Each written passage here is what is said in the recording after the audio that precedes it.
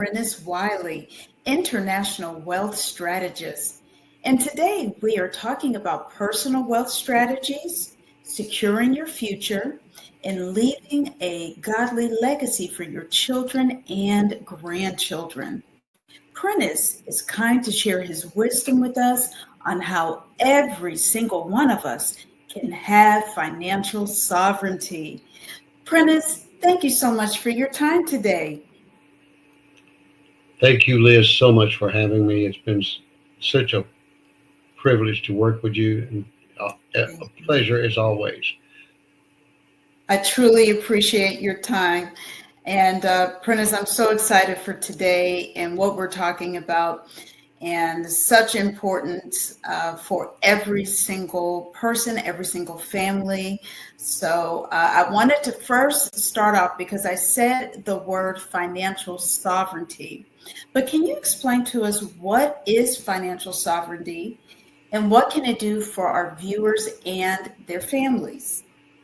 Okay, so let's see. There's probably no short answer for that question, but I'll try to summarize it as close as I can because I do know that you have time constrictions on your interview today.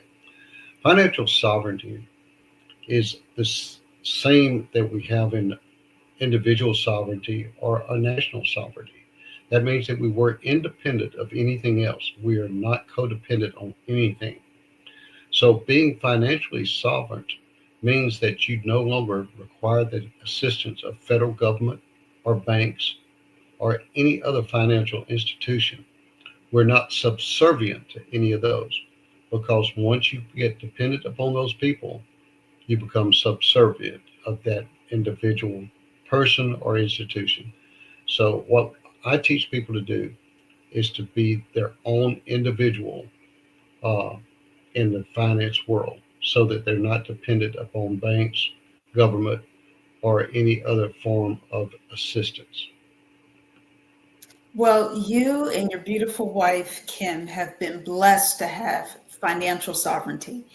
And I wanted to ask you, what does that look like? And what is your personal testimony about having financial sovereignty? What has it done for you and your family?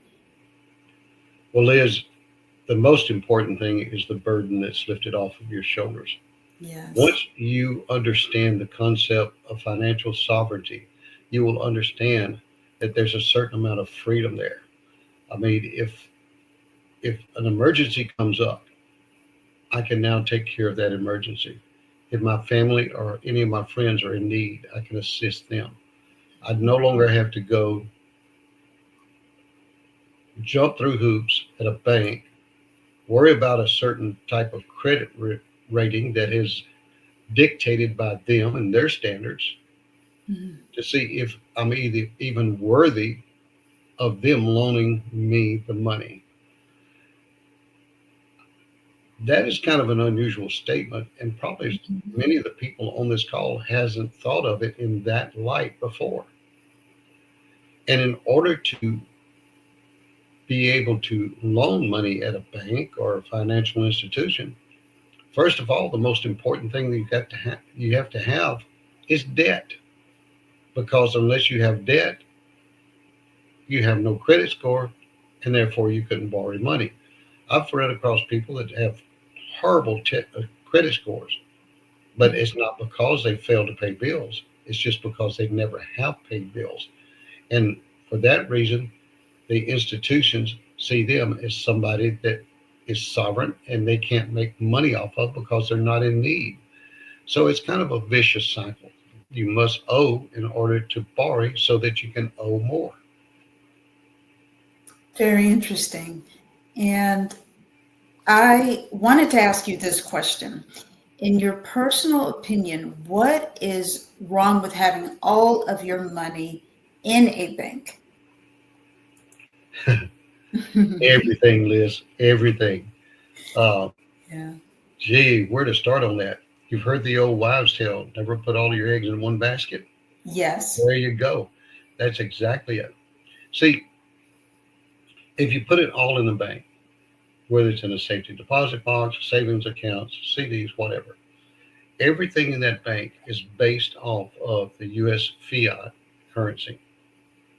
Now, they would like you to believe that it is infallible and that it will never crash.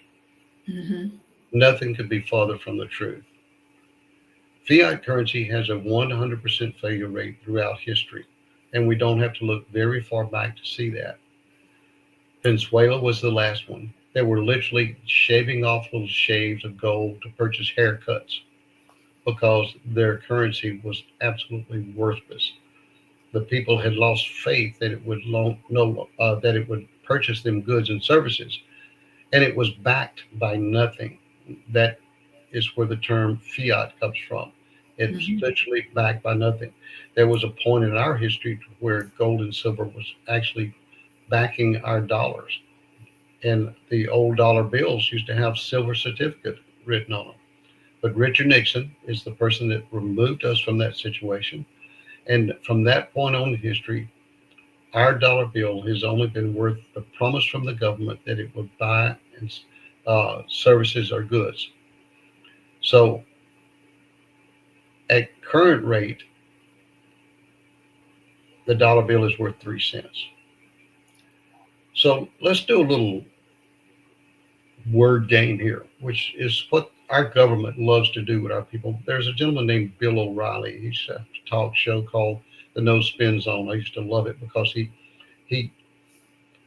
he addressed the spin doctors. That's those people that are trained and educated on how to take a phrase or a sentence or a subject and spin it in a way that it meets the narrative that they want you to think is truth, when in essence it's not. So let's look at this perception of inflation. For Mm-hmm. example, in 1967, well, this isn't a dollar, but we'll pretend this is a silver dollar. Mm-hmm. If you had a silver dollar and you had a dollar bill, those two things, both of those things would buy you 1 gallon of milk. Now, the government would have you think that inflation has caused the price of that gallon of milk to go up. But as it used to say in the old Batman series, when the Riddler was talking to him, and he'd say, "Riddle me this." Mm-hmm. So let me ask you some questions. Now, if the price of a gallon of milk went up in 1967, $1 would buy you a gallon of milk. Mm-hmm. A silver dollar would buy you 1 gallon of milk. Today, that $1 bill, this will buy you a coffee creamer, not a gallon of milk. Yeah, very true. The Yeah. silver dollar will buy you 8 gallons of milk. So, did the price of the milk go up or did the value of the milk go down? Because now that dollar actually buys you 8 times more than it did in 67. Mm-hmm. All common sense and reasoning will tell you the cost of milk went down because you're getting 8 times more for the same amount of silver.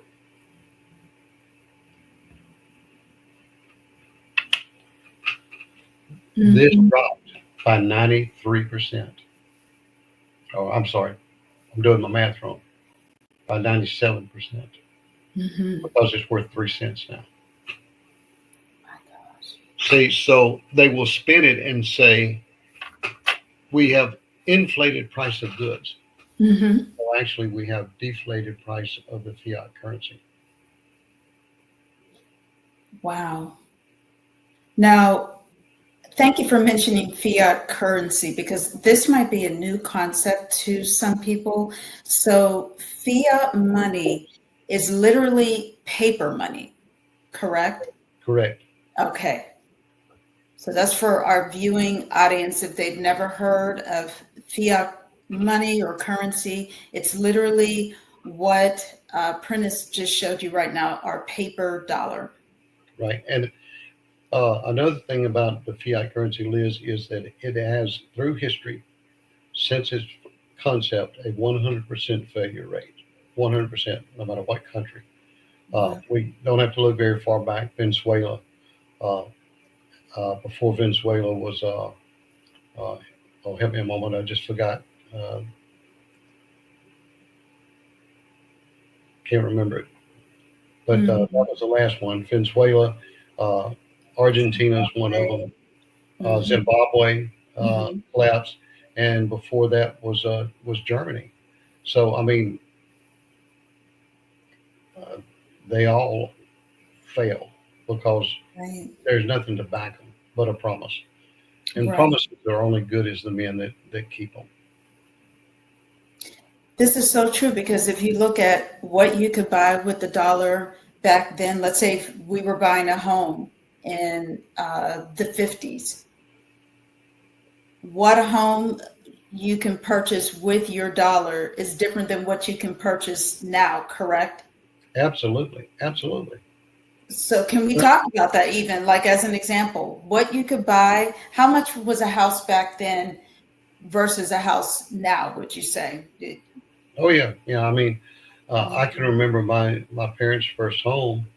I think they paid something like 16, $18,000 for that home, Mhm. and that was in the 50s. Wow. So today, that same home would probably cost you 350, 400,000, Yeah, depending on the market and the part of the country that you're in. that's So so true. So I can't buy as much with the dollar, but let's talk about gold. yes, Now, let's say you have gold. What has that done? Using that example of a home, what has that done with gold? yes. Well, I never watch immediate movement of gold and silver. I'll Mhm. never look at anything less than a 5-year trend. Okay. And for example, last 10 years ago, an ounce of silver sold for $12 an ounce. Today, it was upward of $26 an ounce. So as you can see, it has increased in value. But again, the dollar bill is also affecting the products too in a way that makes them appear to be inflated. One of the best methods I use for teaching people about the relationship between the fiat dollar and gold and silver. And by the way, gold and silver is God's money. It was created by God and it will never change. If That's you right. go to the book of Genesis, chapter 11, you'll first find the mention of it to where it says that Yahweh placed gold and silver, I'm sorry, gold and onyx stone in the river Pishon that flowed through the Garden of Eden and about it. So he's the one who established it. Gold and silver is not just a metal, it is actually elements. They are on the periodic table, which means they're part of creation. Man does not create them and they're not generated by the earth. So that's why they hold so much power and value is they've literally been touched by the hand of the creator. So remember that whenever you're talking gold and silver, platinum or palladium, those are elements and they have been touched by the hand of the creator. So there's ultimately always going to be power within those metals. All right. So being able to understand the ratio between gold and silver and fiat currency is to be able to understand um, how that gold and silver remains constant. It's the fiat currency that moves up and down. Uh, for example, if you was to take a bathtub and you were to fill it, excuse me, Hmm. if you was to take a bathtub and you take a bar of soap, we'll pretend this mouse is a bar of soap, and you take and lay it on the edge of that bathtub, and you begin filling that bathtub up, and the water would rise. If you get interrupted, you leave, it continues to rise, and you come back and you say, "Oh my God, there's too much water." So you pull the plug, okay, and it starts to fall. And as it's falling, you get interrupted again. You say, "Oh my God, it's almost all gone." So you rush in there and put the plug in, and you start filling it back up again. Hmm. That's the way that it affects. Fiat currency moves up and down. The gold and silver remains stable.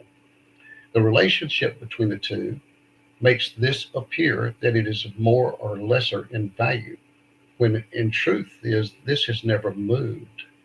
This is what is changing in value. It either takes more of it or it takes less of it to buy the same amount.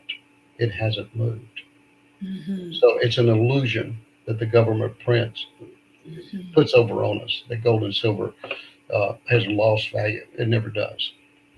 Interesting. So that really confirms my next question, which was over the years, what has fiat money done in terms of growth or decline? And I think this is a great way to conclude this versus gold and silver. So, could I make a guess? Would you say that fiat money has declined, but gold and silver has uh, increased in value over the years? Actually, it has not increased or decreased. Oh, It's the illusion that it's increased or decreased according to the amount of gold and silver. okay. Interesting. Yeah, the relationship between the two is constantly moving. Yes. Uh, Gold and silver is quite has quite the dynamics. For centuries, the only purpose for silver, most people don't realize this, was the exchange medium for gold. It was used to purchase gold. So many ounces of silver would purchase so much gold. Hmm. That was its total purpose. Then people started making jewelry with it and adorning themselves with gold and the silver. Okay, but something miraculously happened in the mid to late 80s and into the early 90s. Hmm. Men discovered industrial uses for gold and silver. So now over 53% of the silver in this world is used for industrial purposes instead of the original two. So what has that done? That has affected the supply and demand chain. That's why you see such an increase in the price of gold and silver. Some Hmm. experts are actually predicting that by the end of 2025 this year, that we may see silver up around $50 an ounce. Hmm. Now, what would drive something like that? The industrial machine. As our economy grows stronger in the United States, as our businesses come back from overseas and we start employing people and we start manufacturing products, the more products we manufacture, the more gold and silver we use, which is going to lower the supply and increase the demand. And with the law of supply and demand, anytime that you have low supply, high demand, the value of the product goes up. And there's nothing that you cannot touch hardly in your everyday walk today that doesn't require silver. Hmm. For example, here on my desk, make sure the label's turned the other way. Bottled water is purified with silver. Our Okay. cell phones, Hmm. full of silver. Hmm. You go out there to your automobile and you take that key fob and you either put it in that car or you set it on the dash and you hit that button. The computer that controls that car is full of silver. Hmm. Just about everything in life today is full of silver. Even medications, they have medical uses for silver. So we have extremely grown in the industrial use of it. So the more we use it, the more valuable it will become. Hmm. Well, speaking of value, I wanted to ask you this question. Can you give us some insider secrets about banks that only the wealthy might know? Yeah, this is that's a fantastic question. I love that question when I'm asked. Here's what the wealthy know about banks. Hmm. They don't allow banks to use them, they use banks. Kind of a turn in phrases, isn't it? Oh, Uh, yes. you and I would think that we go in that we're using the bank, and actually we're not. The bank is using us because they are siphoning off everywhere they can and eroding at what little bit our fiat dollar is worth. Hmm. If you make a loan, you pay it back with interest. Now, what is the bank going to do with that interest? They're going to do three things. They're going to pay themselves, they're going to pay their employees, and they're going to buy more gold and silver. Because the two largest owners of gold and silver in the world today is governments and central banks. Now, why do banks think that they need so much gold and silver? Because the fiat dollar is worthless. You can't back a loan with something that's worthless. So if they loan you money, they have to have something that backs it. What do? They back it with their gold and silver. So they always need more of it. But with financial sovereignty, we teach you how to own your own gold and silver. That way you back yourself. You don't have to worry about the bank doing it. Now, what Mhm. the rich know about banks is that they are a tool to be utilized. If they liquidate an asset, they turn it into fiat currency or cash and Mhm. then pay for the goods and services they want because that's the form of payment that is currently recognized in this country. However, that is changing, and I think it's going to change remarkably. I think the next 10 years we'll see, or possibly even five, we'll Mhm. see a landscape change in this country like it's never been seen before when it comes to personal finances. See, my state, the wonderful state of Florida, our Mhm. Governor DeSantis, just signed, pinned in to ratify a law that was passed in this state that in January of 2026, we will be able to go to cash registers around this state and purchase stuff with gold and silver. We'll no longer need fiat currency. Now, from what I understand and what I've read, there's about 26 to 32 other states that have similar laws before their House of Representatives, and Mhm. it will go to their Senates. Once this goes to happening, you will start to see a domino effect that's going to affect the dollar bill like it's never been affected before. So where it goes, I don't know. I don't have a crystal ball, but I know that it's going to be life changing and it's going to be nation changing. Mhm. So it's good to start to store that gold and silver now. Absolutely. Yeah. Absolutely. If you haven't before, it's something very important to consider now, would you say? Absolutely. Absolutely. Well, I wanted to ask you this one question. This is a personal question that I'm sure a lot of people can relate to, who our audience who's listening today. But I've been putting my money in banks for decades now, and nothing has ever happened to it significantly as far as growth. Okay. So, what would you suggest for me and for others to do to save but also grow significantly? Okay. So what I do is I teach three forms or five forms of asset management: Mhm. uh, gold, silver, platinum, palladium, and real estate. Okay. As you notice, those are three things that have a common thread through them. Now, most people could easily recognize that gold, silver, platinum, palladium are metals and that they have a common thread through them, but what would real estate have to do with that? It's Mhm. very simple. Everything that I just mentioned was the creation of Almighty God, Yahweh. Man had nothing to do with it. So his creations, and they are physical assets. So they will always have value no matter what. It doesn't matter if it's the German Deutschmark or the United Kingdom's euro, Great Britain's pound, uh, no matter what the Nara, no matter what the currency is, Mhm. it has value against gold and silver. I want to start calling gold and silver God's money because of you. It is God's money. It's God. It is, and I love that. And you're absolutely right. I love Genesis, and I remember reading about gold, and so it's just significant. It's all throughout the Bible, so Yes. it's a wonderful investment. Now, I did want to tell you that I did some research, and I found out that, and many of our audience members might know this, I personally did not until recently, but that money is insured in the bank up to $250,000. So, what Correct. I wanted to ask you is if that's true, and is money 100% safe in the bank? What would you say? Uh, yes, it's true. Okay. With an extreme caveat to that, and I mean extreme. And is it safe in the bank? No. The answer, simple answer is no.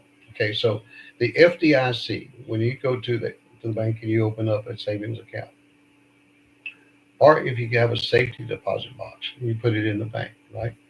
And you go put your valuables in there, which we were taught that's the way to do. That's the American dream. That's what we're supposed to do, right? Yes. We were taught in school financial responsibility, part of our civics class in high school. It taught Mm-hmm. us how to build a budget. A certain percentage of your income should be toward clothing. A certain percentage should be toward food. A certain toward transportation. A certain percentage across housing. And they taught us how to build a budget and live within that budget, even put aside for a rainy day, if you'll remember.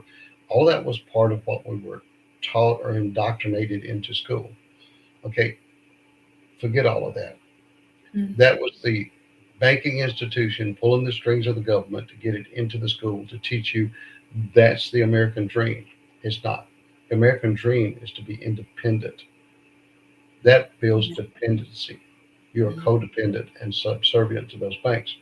Now, back to the banks and the FDIC. We had the top three banks in this country collapse Mm-hmm. about a year and a half ago, right? What happened to the assets that was in that bank? They were seized by the FDIC.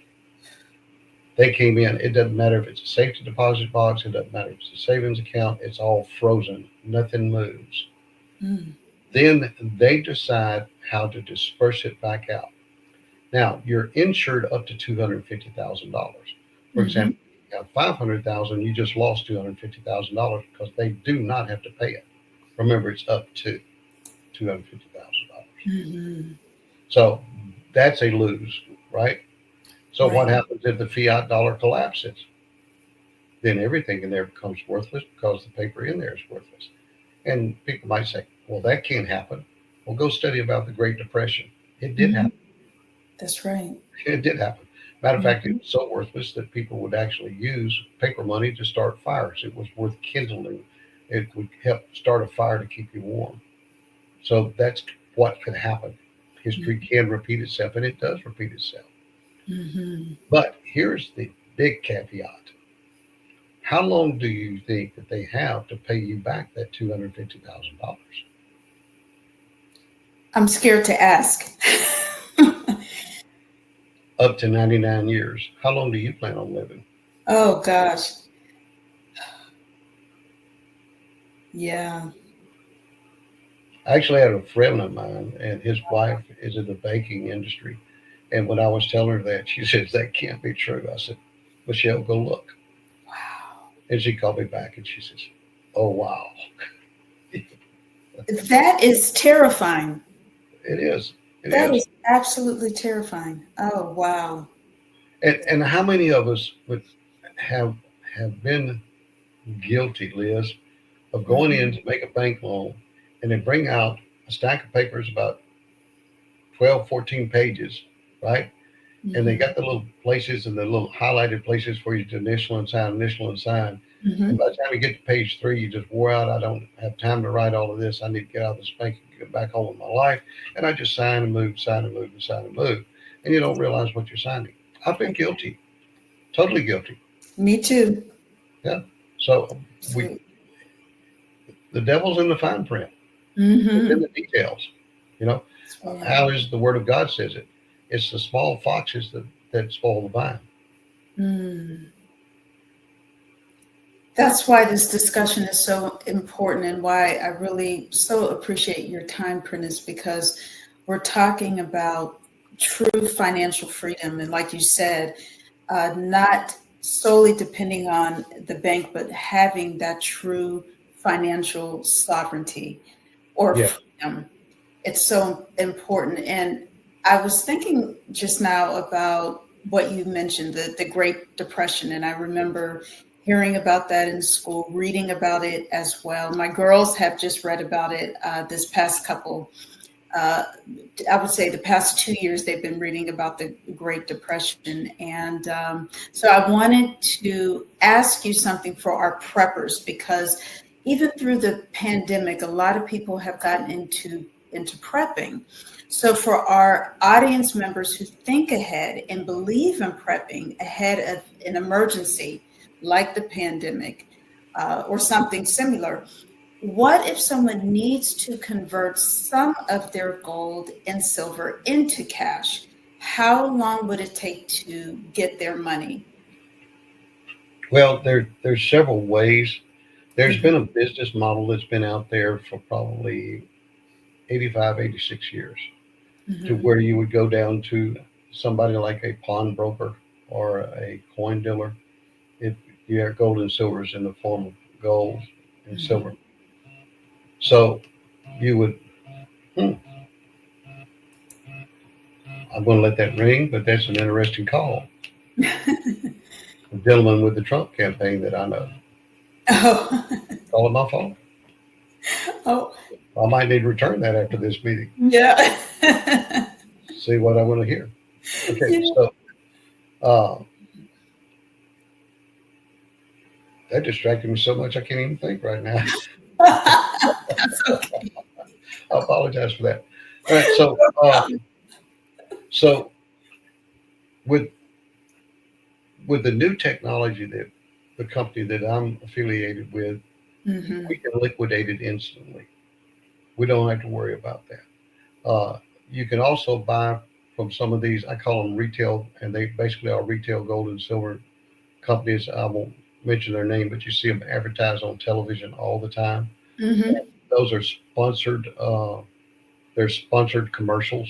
Whoever you see recommending them, whether they're a news media mhm, personality or a politician, they're getting paid to advertise those companies, and those are retail companies. Now, I do not recommend buying gold and silver from them. Uh, we have a better way, mhm, and later we could talk about that. mhm, But those people, believe it or not, are regulated by the FDIC and the U.S. Trade Commission. Now, that basically means that they're just like banks, and every transaction that you make with them is government knowledge. The government knows about it. mhm, The U.S. Trade Commission also does something very unique with those people. And there's another group of people that you can put into that is going to be your gold and silver commodities on the stock market. So if you mhm, go to the stock market and purchase gold and silver commodities, or you buying gold and silver that is to be placed into a depository to where they're going to charge you storage anywhere between 9 and 13% annually. Do you know that the U.S. Trade Commission tells those people that they only have to have 60% of what they're selling you in inventory? They can literally sell you 40% more gold and silver than they actually have. mhm, That is not a business model I adhere to or would like or will be a part of. The mhm, company that we are affiliated with and the one that I've introduced you to, Liz, when you mhm. purchase gold or silver, you're purchasing 100% of the amount of your purchase in precious metals. That is 0.999% pure. That's as pure as human has the ability to get it. All right. So uh, the problem with those people is that if you want to liquidate it, back to your original question, it Mhm. could take up, they have up to 90 days. Oh, wow. Okay. Yeah. So, and here's why they have up to 90 days. Remember, they only have 60% of it. If they Mhm, pull 40% from somebody else's stash or stack of gold and silver, then they're out of compliance, which is against the law. mhm. So they have to have time to shop to find the best rates to fill in that 40% for you to send you your metals. Or you can liquidate it, which again still falls under that 90-day. However, we have the ability to instantly liquidate that, transfer it into fiat currency, put it back into your bank in a matter of moments. And you have a personal testimony about that, right? I know. I don't know if you remember telling me and my husband about a recent car purchase that you made Yes, yes. with your wife Kim. Did you want to talk about that? Yeah, we can a little bit. See, Yeah. um, my oldest son ran into some financial difficulties, and his car just gave up on him. I Hmm. mean, the engine blew, and it was cost more to fix it than the automobile was worth. Well, the normal process would have been we'd have co-signed for him a loan, Right. and we'd have paid it back with interest, or else he'd had to go to the bank get a loan and do the same, the good old American institutional way. Mm-hmm. But because we have become financially sovereign, what did I do? I went to the car dealerships and started looking. And once we found one and we agreed on one that could be purchased, I simply called my wife and said, go to our gold and silver account, transfer X amount of dollars into the bank. She did it within a matter of 4 to 5 minutes. Then I gave my debit card to the dealership and said, here you go, pay for this car. Wow. Now, did I pay interest? Nope, I didn't pay interest. Mm. The fact is, I put that gold and silver back into my account. Again, it's going to start increasing in value and it's going to start paying me instead of me paying the bank. Oh, wow.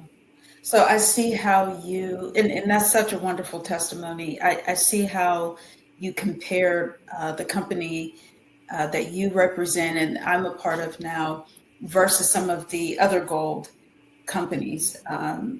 You were able to access what you needed in a very short period of time rather than 90 days or however many days. So that's the huge difference. Or you could actually have it faster, Liz, than walking into the bank and taking a loan. When's the last time you walked in a bank and took a loan? How long did it take you to fill out the paperwork? How long did it take you just to wait on a Oh, loan officer to get to you? Right? a long time. Right. Yeah. So Mhm. it's so easy to just step right over here to your computer. And Mhm. within 8 to 10 strokes, keystrokes of this keyboard, I can transfer it into the form of cash and then into my bank. Wow. That is a blessing. Now, I wanted to talk a little bit more about the gold and silver. If I own my own gold and silver, who will protect my money and is it indeed safe? Well, there's a couple of options that we have at our company. One is you can choose to self protect and safe it yourself. Uh, a lot of preppers do that. Uh, Hmm. I happen to fall in that category. I do have some here in my home for short term situations, but they also have a private vault that is part of this company that we're members of that Hmm. allows you to store it there. And because we are a private vault, we can store up to $50,000 of it with a certain type of an account, totally free. There's no charge to store it, Hmm. unlike the depositories that charge you between 9 and 13%. Wow. Now, speaking, I was going to ask about gold and silver. I'm going to call it God's money right now. So, why is having God's money, and we're going back to this is a good summary as we're starting to wrap things up now, but why is having God's money better than having solely paper money or fiat currency? Well, there is zero danger of gold or silver ever collapsing. With over 6,000 years of recorded human history, it has never failed. Yeah. But in recorded history, the last 300 to 400 years, when fiat currency has been experimented with, it has a 100% failure rate. So the logic is gold and silver will not fail. Fiat currency always does. Now, Mm-hmm. you mentioned that I mentioned that in over 6,000 years of recorded history, but it even goes farther back than that. If we talk to any archaeologist that digs up old ancient ruins and they find skeletons that may be 8, 10,000 years old, and those communities or people didn't even have a method of writing, yet they would find bodies adorned with gold and silver. And those bodies we knew were the ruling classes because they were the only ones that had the gold and silver. The Mm-hmm. others didn't. So even before recorded history, humans knew that it had value. Mm-hmm. Isn't that something? We know that for a fact because it was in Genesis, or it's in Genesis. Correct. That's right. So I wanted to end with my final question, Prentice, if I may. For our guests who are interested in investing in God's money, gold and silver, and they want to leave a legacy of wealth for generations to come, what should their next steps be after today's broadcast? Well, you've got to start somewhere, Mhm. right? And the reason most people never get involved in gold and silver is because there's so many different things out there. Some people say buy this, some people buy that. You'll have financial advisors saying don't invest in physical gold and silver. Uh, there's all kind of different directions to go. Well, the most important thing is get educated. The company that we are with has a full-time educational suite that teaches you everything about every single form of gold and silver, what it's used for, and how to use it. That way you can custom tailor what you want to do for your specific purpose to your needs. You don't have somebody that's trying to sell you something for a margin of profit or bottom line for his company or for his bonuses. This puts you in the driver's seat and lets you make 100% of the decisions. So to me, that's extremely important that you make the decisions. You become the writer of your own destiny. You leave behind a legacy that will you will be remembered for generations to come because you are wise enough to educate yourself on the uses of God's money, gold and silver, and use it properly. Um, and we could go on for hours talking about it because I am so passionate about it. I've seen it change so many lives uh, just in the few short years that I've been working in this industry. Uh, I have I work with people in New Zealand. I've worked with people in Israel. I've worked with people in Great Britain. I've worked with people in Scotland. I've worked with teams in Canada and teams all over the United States here, helping people to learn about gold and silver and becoming independent of the financial systems of whatever the country is. You're in it. It's not just an American thing. It's a people thing. It's a world thing. Uh, so uh, my advice to you is start somewhere. You've Mhm. got to start. Okay. Mhm. Uh, if you never start, you can't win the race. That's right. Thank you so much for that. I know with this company, like you said, it is you can determine what is right for you, what to save, because every person is different. My situation is different than your situation. So that's what Absolutely. I love about the diversity of the company, where you can really narrow it down to what your specific needs are, short term and long term. And so for anyone who's interested, if you see on your screen a QR code or a website, go ahead and click on the website or go to the website and scan the QR code, and the next steps are right there for you, and it's easily accessible for everyone. And so, Prentice, I thank you so much for your time. You've been such a blessing, and I look forward because we have quite a series on getting people to that point of financial sovereignty. So we have quite a few topics in our next couple of interviews, and I'm so grateful for your time and Kim's time. You have been such a blessing to our family, and I thank you because you are dedicated and you have a mission for every person who's listening today to be financially free. And so thank you for your God given mission and Kim's mission in helping people get to that point. Thank you so much, Liz, for having me. And it, you have no idea of the joy it brings in my heart to see people blessed once Yes. they understand what God has in store for them and the the realization of the truth of His money, God's money. God's money. Amen to that. That's such a wonderful way to end. So I wanted to wish everyone here an amazing day. God bless you.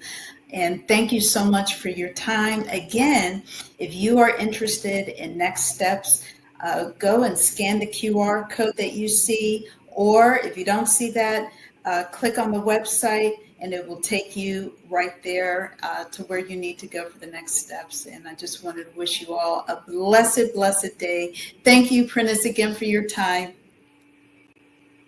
Thank you, Liz. Thank you. See you